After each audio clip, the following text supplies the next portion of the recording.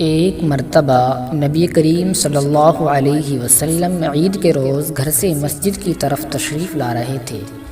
آپ صلی اللہ علیہ وسلم نے کچھ بچوں کو کھیلتے ہوئے دیکھا۔ انہوں نے اچھے کپڑے پہنے ہوئے تھے۔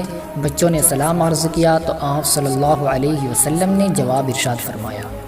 اس کے بعد آپ صلی اللہ علیہ وسلم آگے تشریف لے گئے تو ایک بچے کو خاموشی کے ساتھ اداس بیٹھے ہوئے دیکھا۔ آپ صلی اللہ علیہ وسلم اس کے قریب رک گئے۔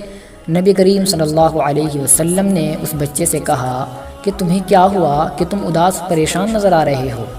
اس نے رو کر کہا، اے اللہ کے محبوب صلی اللہ علیہ وسلم، میں یتیم مدینہ ہوں، میرے سر پر باپ کا سایہ نہیں ہے جو میرے لیے کپڑے لا دیتا، میری امی مجھے نہلا کر وہ کپڑے پہنا دیتی، اس لیے میں یہاں اداس بیٹھا ہوں۔ نبی کریم صلی اللہ علیہ وسلم نے اس بچے سے کہا کہ تم میرے ساتھ آؤ۔ آپ صلی اللہ علیہ وسلم اسے لے کر واپس اپنے گھر تشریف لائے اور سیدہ عائشہ صدیقہ رضی اللہ تعالی عنہا کو آواز لگائی، حمیرہ۔ انہوں نے عرض کیا، لبیک یا رسول اللہ، اے اللہ کے رسول صلی اللہ علیہ وسلم، میں حاضر ہوں۔ آپ صلی اللہ علیہ وسلم نے ان سے کہا، اس بچے کو نہلا دو۔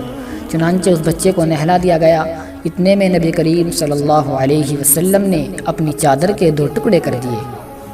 چادر کا ایک ٹکڑا اسے تہمند کی طرح باندھ دیا اور دوسرا ٹکڑا اس کے بدن پر لپیٹ دیا۔